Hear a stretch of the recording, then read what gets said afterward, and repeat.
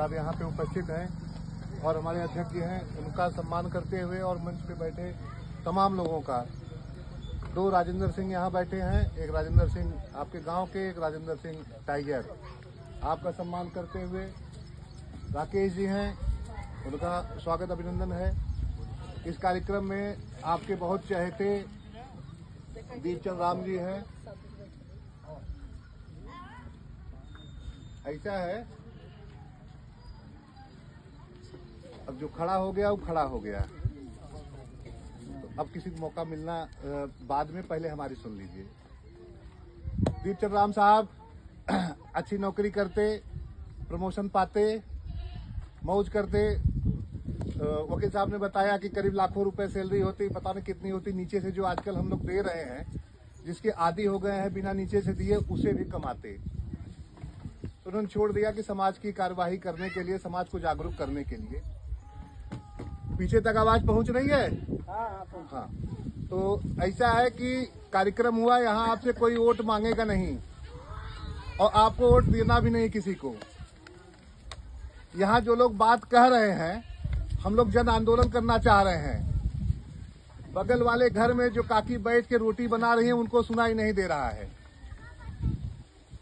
पूरे भारत का आंदोलन कहां से हो पाएगा? तो आंदोलन तब होगा जब आप लोग सुनेंगे कायदे से। और सुनना क्या है? अमित शाह ने अंबेडकर साहब का अपमान कर दिया। कौन अंबेडकर साहब? संविधान बना, हाँ, डॉक्टर भीमराव अंबेडकर। संविधान लिखा उन्होंने। एक दिन में 1000 किताबें लिखी जाती हैं, सब भूल जाते हैं। लेकिन देश को चलाने का जो नियम कानून था, उन्होंने बना दिया। और उन्होंने नियम कानून जो बनाया, उसमें सबको अधिकार दिया। घर में भाई साहब भौजाइयों को बहुत डांटते हैं, चुप।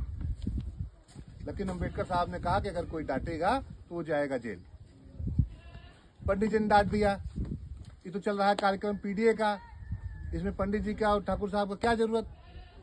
लेकिन इसमें ऐसे लोगों की जरूरत है जो समाज के पिछड़े लोगों के लिए काम करें, जो समाज में उस दौड़ में चल रहे थे और पिछड़ गए कुछ, उनके लिए लड़ाई लड़े। तो इसमें सबकी आवश्यकता है, सबकी भागीदारी है। जरा सा मौका मिला, आदमी बदल जाता है। चुनाव हुआ तो ये कहने लगते हैं लोग कि 5 किलो गेहूं मिलत बा। अंबेडकर साहब को बनाया गया मंत्री, कानून का मंत्री, और जीवन भर अंबेडकर साहब नेहरू जी को गरिया रहे थे कि नेहरू जी गलत कर रहे हैं। उन्हें मौका दिया गया कि आ जाइए, मंत्री बन जाइए। नेहरू जी ने बुलाया। क्यों? क्योंकि हमारे पास कोई ऐसा व्यक्ति नहीं है जो कि ये कानून बना सके, संविधान लिख सके। इसलिए आपकी बड़ी आवश्यकता है, आप मंत्री बन जाइए। मंत्री पद का नाम सुनते ही उछल के भागते हैं लोग, विकलांग लोग भी, जिनका पैर नहीं है वो भी कुचल कूद के भाग जाते हैं।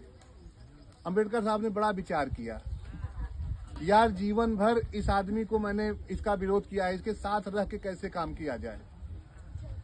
लेकिन सीने पे पत्थर रखा उन्होंने कि ठीक है, अगर समाज के लिए कुछ करना है तो ये जहालत स्वीकार करनी पड़ेगी। और उन्होंने मंत्री पद स्वीकार किया, अपना काम किया, संविधान लिखा, उसके बाद मंत्री पद छोड़। लात खा रहे हैं लोग, लेकिन अपमानित हो रहे हैं, लेकिन छोड़ नहीं रहे हैं मंत्री पद। उन्होंने त्याग दिया। और ऐसे समय पे जान के बड़ा आश्चर्य होगा, अंबेडकर साहब 3 PhD किए थे।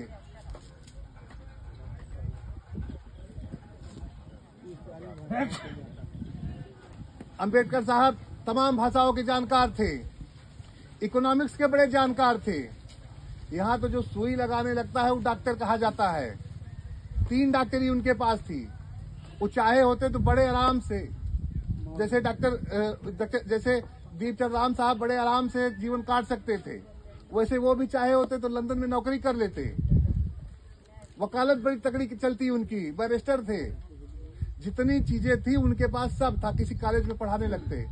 लेकिन वो कूद पड़े यहाँ। क्यों? कि जिस चीज से मैं वंचित रह गया, उससे मेरा समाज वंचित न रह जाए। और हमारा समाज क्या कर रहा है कि 5 किलो गेहूं पे खुश हो गया है। दिल्ली की सरकार थी, बड़ी अच्छी थी, बिजली भी फ्री दे रही थी, पानी भी फ्री दे रही थी। उठा के सरकार बदल दिया। क्यों? कि यहां तक तो अब मिल ही रहा है, अब आगे बोलो।